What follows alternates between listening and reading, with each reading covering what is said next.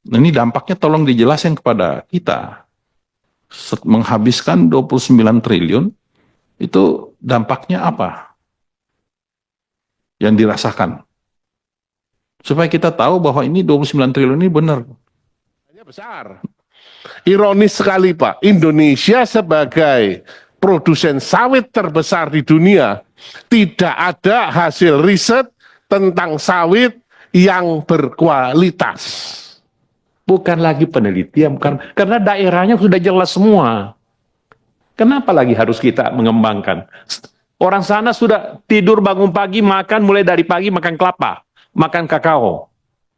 Tidak perlu lagi dengan segala macam catatan.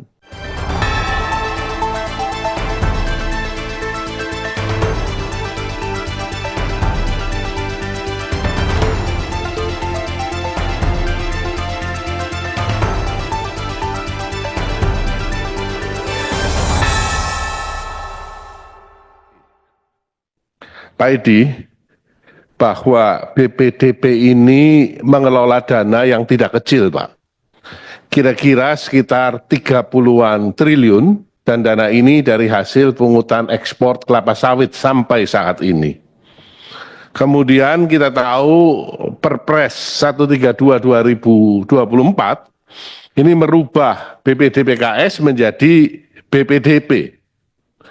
Jadi alokasinya yang tadinya hanya kelapa sawit, berubah menjadi kelapa sawit, kelapa, dan kakao. Nah, kemudian kalau kita lihat indikator program keberhasilan BPDP, rasanya perlu diperdalam, Pak. Kita bukan hanya bicara soal kuantitas, kuantitasnya terpenuhi, tapi kualitasnya juga terpenuhi. Satu contoh adalah program Litbang, penelitian dan pengembangan. Secara kuantitas terpenuhi, Pak. Tadi jumlah riset yang Bapak katakan sangat bagus, banyak sekali riset, melampaui target yang dicanangkan. Namun kita tahu, Pak, sebagian besar riset ini berakhir di perpustakaan. Nah, tidak ada gunanya. Kenapa? Padahal riset ini didanai dan dananya besar. Ironis sekali Pak, Indonesia sebagai produsen sawit terbesar di dunia tidak ada hasil riset tentang sawit yang berkualitas. Seharusnya riset-riset tentang sawit di Indonesia seharusnya mendominasi semua jurnal-jurnal internasional yang terindeks Scopus, Pak. Nah, yang menjadi pertanyaan adalah, kalau memang risetnya tidak layak untuk didanai, kenapa ini bisa terjadi? Apakah di BPDP tidak ada PIC-nya? Kalau ada, kenapa tidak mampu menjaring kerjasama kolaborasi dengan universitas-universitas di Indonesia yang tertarik terhadap studi-studi ini? Saya yakin banyak dosen-dosen yang kredibel untuk melakukan riset ini selama ada yang mendanai. Sehingga publikasinya bukan hanya di jurnal-jurnal predatori, tetapi benar-benar jurnal yang terindeks Scopus. Mengenai promosi, Pak, ini juga menarik, Pak. Jumlah promosinya, Bapak katakan tadi melampaui target. Tapi kualitasnya seperti apa? Mungkin akan lebih baik, Pak, kalau dielaborasi lebih dalam. Siapa sih target audiens dari promosinya? Bentuknya seperti apa, dan yang paling penting adalah ukuran yang merepresentasikan efektivitas promosi dan apa dampak dari kegiatan promosi ini bisa diukur. Apakah kemudian citra negatif tentang sawit menjadi berkurang, apakah sawit Indonesia lebih mudah diterima di luar negeri, dan seterusnya. Yang pertama, saya agak kaget kenapa anggaran Bapak mesti ada defisit segala. Memangnya ini kayak APBN Pak, ada defisit. Buat saya agak aneh Pak kalau udah dibuatin defisit di satu lembaga yang sebetulnya fungsinya hanya untuk eh, memberikan, utamanya adalah memberikan penguatan kepada kebun-kebun rakyat. Jadi buat saya jangan sampai kebiasaan defisit ini berjalan terus Pak. Dan kalau udah defisit, nyari duitnya dari mana lagi Pak? Kan ini kan sumber pendapatan, penerimaannya kan dari iuran daripada pengusaha-pengusaha gitu.